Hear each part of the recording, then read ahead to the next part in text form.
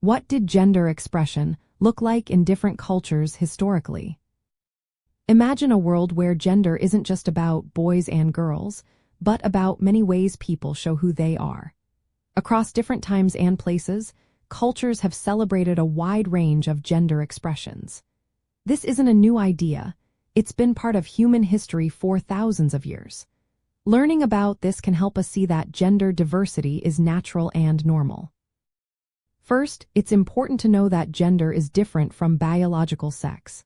Sex is about physical traits like chromosomes and body parts. Gender is about how people see themselves and how they live in society. Many cultures understand that gender isn't just two options. Instead, it exists on a spectrum, with many roles and identities beyond male and female. In North America, many indigenous nations have long recognized more than two genders. For example, the Navajo people have a tradition of at least 5 genders. Some individuals embody both masculine and feminine qualities and are respected as healers or leaders. The term two-spirit is now used to describe people who live outside the usual gender roles. It's a way to honor their unique spiritual and cultural roles. In Mexico, the Zapotec community recognizes muxes, a third gender. Muxes often dress in ways that mix masculine and feminine traits.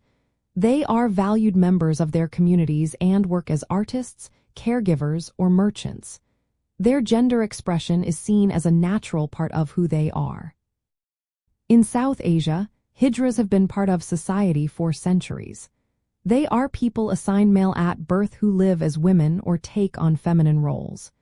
Hijras often participate in religious ceremonies and are believed to have spiritual power.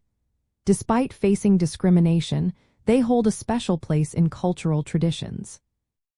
In Samoa, Fafafine are people assigned male at birth who embody both masculine and feminine traits. They are accepted and included in family life and community events. Many Fafafine take on caring roles and are seen as an important part of society.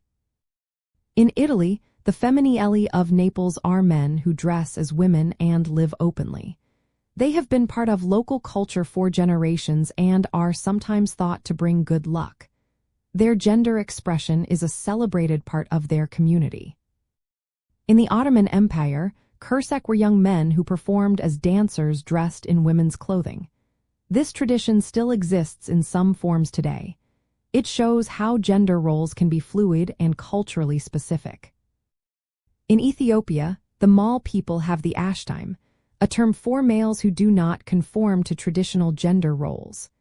They often live in the homes of spiritual leaders when women are not allowed to be involved. In Indonesia, the Bugis people recognize 5 genders. These include Calabai, men who act in feminine ways, Calalai, women with masculine traits, and Bissu, a spiritual gender that combines male and female qualities. In the Philippines, bakla are people assigned male at birth who take on feminine roles. They are visible and active in many parts of society, from entertainment to community work. Knowing this history shows us that gender expression has always been diverse. Many cultures have traditions that include and honor all kinds of gender identities. For LGBTQ+ teens, understanding this can help them feel connected to a long history of gender diversity. It reminds us that there is no one right way to express who you are. Supporting each other by respecting names, pronouns, and stories helps create a space where everyone can be themselves. Celebrating the many ways people show their gender helps us all see that being true to yourself is part of a shared human story that spans the world and the ages.